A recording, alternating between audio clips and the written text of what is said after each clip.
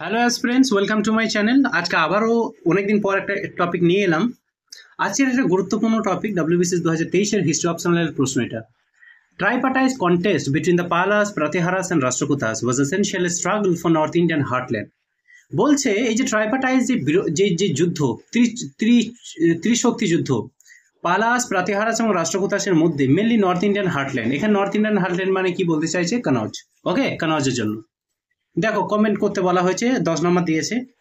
Introduction देखिए। The decline of the Gupta empire around 550 CE आसपास paved the way for the rise of new powers in the northern India।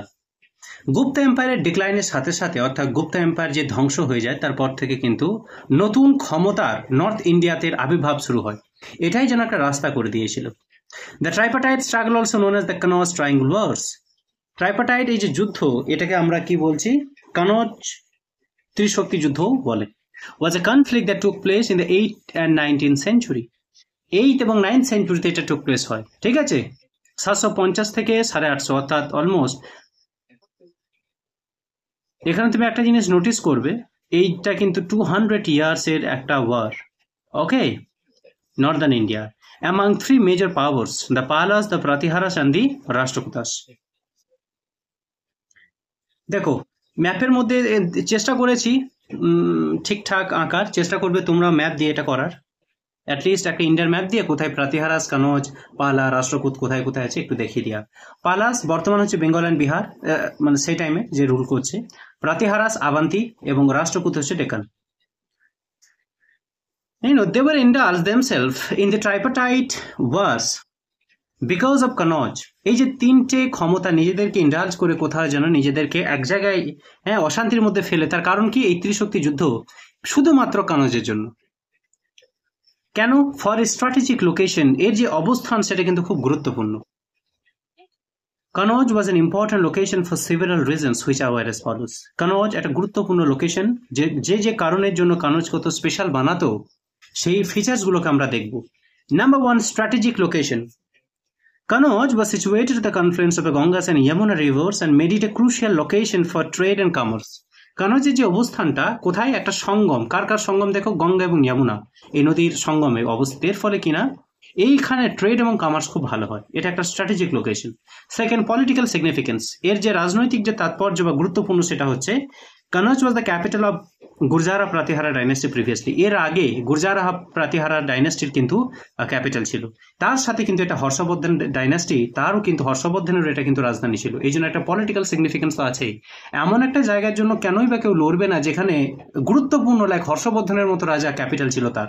তো definitely এটা political significance তো আছেই।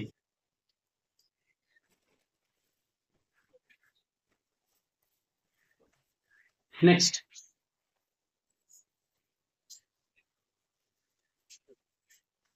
Number হচ্ছে 3 হচ্ছে control of Doab. Doab region তোমরা জানো, আর land between the two rivers, দুটো নদীর মিডলে যে ল্যান্ডটা যেখানে উর্বর মৃত্তিকা পাওয়া যায়, চাষ খুব ভালো হয় কারণ জল অ্যাভেলেবেল, ঠিক আছে? এছাড়া অ্যালুভিয়ামের জন্য এই জায়গাটা খুব বেশি উর্বর হয়। তো দোয়াবের কন্ট্রোল কিন্তু চাই। কিরকম? Kannauj control to the fertile Ganges, Yamuna, Doab are region of highly agriculture productivity and economic importance. Kannauj control কি করতো? একটা ফার্টাইল গঙ্গা, যমুনা, দোয়াবটাকে, একটা উর্বর এলাকা যেটা কিন্তু এগ্রিকালচার প্রোডাক্টিভিটির জন্য ফেমাস, মানে দারুণ চাষবাস হয় সেখানে, এবং তার ইকোনমিক ইম্পর্টেন্স তো অবশ্যই থাকবে, একটা অর্থনৈতিক অ্যাঙ্গেল তো থাকবেই সেখানে। চাষ ভালো হলে ইকোনমি তো ফ্লারিশ করবেই না? তো এই জন্য কানজের জন্য তো সম্ভাব্য যে সবাই একটা কোথাও যেন একটা চেসিং ড্রিম যে কানজটাকে ক্যাপচার করব। ইকোনমিক প্রসপারিটি, অর্থনৈতিক সমৃদ্ধির জন্য অনেক সময় দেখিনি অর্থনৈতিক সমৃদ্ধি বলতে কি বোঝাচ্ছে এখানে? Kannauj was known for its prosperity with a strong economy based on trade, commerce and agriculture. Economic prosperity, Kannauj এমন একটা জায়গা যেখানে ট্রেড, কমার্স, এগ্রিকালচার সব দিক থেকে যেন প্রসপারাস, খুব বেশি সমৃদ্ধশালী। এটার জন্যই কিন্তু এই ইকোনমিক প্রসপারিটির কারণেও তারা ওই যে তিনজন পালা, প্রাতিহারা, রাষ্ট্রকূট নিজেদের মধ্যে অশান্তিতে লিপ্ত হয়ে পড়ে। কালচারাল সেন্টার দেখো, সংস্কৃতি দিক থেকে আমরা যদি বলি তো Kannauj was a centre of learning, art and culture with many scholars poets and artisans, এখানে অনেক জ্ঞানীগুণী মানুষ, পোয়েটস, স্কলার্স, আর্টিসানস এখানে কিন্তু রয়েছে। এই জন্য একটা ইম্পর্টেন্ট সেন্টার এটা লার্নিং এর জন্য, আর্ট এবং কালচারে। মিলিটারি সিগনিফিকেন্স কি আছে? তো কানৌজের যে location made it a crucial military outpost controlling access to the Indo Gangetic plain. আবারও বলি, ইন্দো গ্যাঞ্জেটিক প্লেনটাকে অ্যাক্সেস কিন্তু এই কানৌজই দিতে পারে। যে কানৌজ পাবে সে কিন্তু এই সমস্ত এরিয়া কিন্তু মালিক, এবং এটা কিন্তু যেহেতু প্লেন এরিয়া, তো মিলিটারি এখানে মিলিটারিকে যেখানে জায়গায় ম্যানুভার করা যায় ইজিলি, তাই না, যেহেতু জায়গাটা প্লেন, এই যে সমতল ভূমির জন্য। রিলিজিয়াস ইম্পর্টেন্স দেখি, it was an important centre of Hinduism, Buddhism and Jainism with many temples and monasteries. এটা একটা গুরুত্বপূর্ণ ধর্মীয়, যদি আমি ধর্মীয় অ্যাঙ্গেল বলি, তো একটা গুরুত্বপূর্ণ ধার্মিক স্থান। এখানে জৈনিজম, বুদ্ধিজম সবার মনাস্ট্রিজ রয়েছে, হ্যাঁ, টেম্পলস রয়েছে, মন্দির রয়েছে। Trade route, Kannauj was at the crossroads of important trade routes connecting India to Central Asia, China and the Middle East. সেই টাইমে তোমরা জানবে, হ্যাঁ, চায়নার সাথে ট্রেড ভালো হয়, মিডল ইস্টের সাথে ট্রেড ভালো হয়। এর ফলে কিন্তু কানৌজ ইম্পর্টেন্ট রোল প্লে করছে একটা ট্রেড রুট রূপে, একটা ভালো রাস্তা, ওখান দিয়ে বরাবর যাওয়া যায়। Connection to Silk Route. The Kannauj was connected to the Silk Route, facilitating trade and cultural exchange with Central Asia and China. তোমরা জানবে হয়তো সিল্ক রুট কিন্তু সিল্ক নিয়ে যাওয়া আসা হতো চায়না থেকে, এখান থেকে। তো এখানে এই জন্য একটা সিল্ক রুট রূপে কানৌজ কাজ করতো। তো কানৌজ ইম্পর্টেন্ট আছে, যে পাবে তো সিল্ক ব্যবসায় সুবিধা হবে, তাই না, ইজি হবে ট্রেড অ্যান্ড কালচারাল এক্সচেঞ্জে সেন্ট্রাল এশিয়া এবং চায়নার সাথে।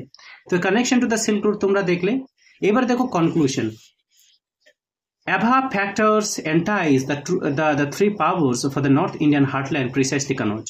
কনক্লুশন আমরা বলতে পারি, এই উপরে যে কারণগুলো আমরা বললাম, অ্যাভাব ফ্যাক্টরস, সে বর্ণিত কারণগুলোই কিন্তু এন্টাইজ করা মানে প্রলোভন দেখানো, হ্যাঁ, কোথা ইমপ্রেস করা, লোভ দেখানো।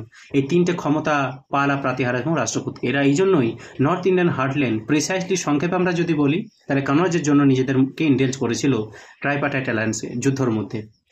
Thank you so much. আমি আরও বেশি কন্টেন্ট নিয়ে আসবো।